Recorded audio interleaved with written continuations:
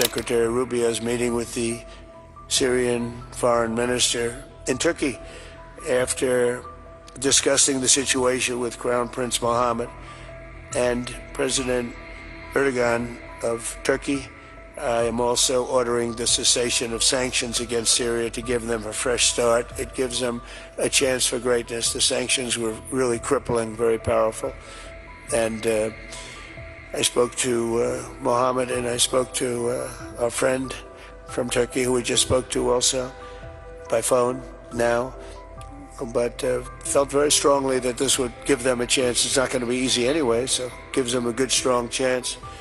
And it was my honor to do so. So we will be dropping all of the sanctions on Syria, which I think really is going to be a good thing. And we made a speech last night, and that was the thing that got the biggest applause from the room. We had a very crowded room with thousands of people, and the statement that got the biggest applause was dropping the sanctions on Syria. U.S. President Donald Trump met Syrian President Al Sharaa, also known as Al Jolani, during his visit to the Middle East. This comes a day after the U.S. lifted sanctions off the war-torn country. Saudi Crown Prince Mohammed bin Salman oversaw the meeting, while Turkish President Recep Tayyip Erdogan joined by phone. Trump is on a 4-day visit to Saudi Arabia, Qatar, and the United Arab Emirates. White House Press Secretary Caroline Leavitt shared a handout of the meeting, saying President Erdogan praised President Trump for lifting sanctions on Syria. Turkey also committed to working alongside Saudi Arabia to encourage peace and prosperity in Syria. Crown Prince Salman called Trump's decision courageous for lifting the sanctions. As per the White House statement, Trump told Al Sharaa to do a great job for the Syrian people, listing out the following demands: sign the Abraham Accords with Israel, tell all foreign terrorists to leave Syria, deport Palestinian terrorists, help the United States prevent the resurgence of ISIS, assume responsibility for ISIS detention centers in northeast Syria.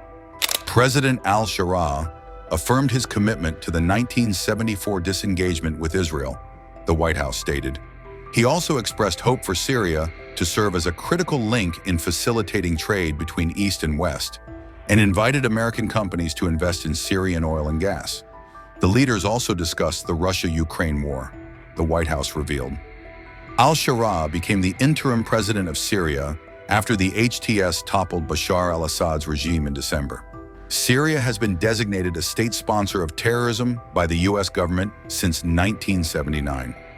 U.S. sanctions were imposed on the country in 2004 and again in 2011, after the regime of then-President Assad launched a brutal crackdown on anti-government uprisings. In recent years, a greater number of Arab and Muslim countries have called for efforts to reintegrate Syria into the Arab fold, even before Assad was ousted.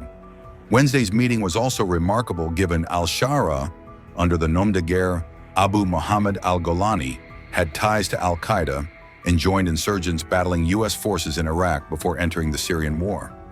He was even imprisoned by U.S. troops there for several years.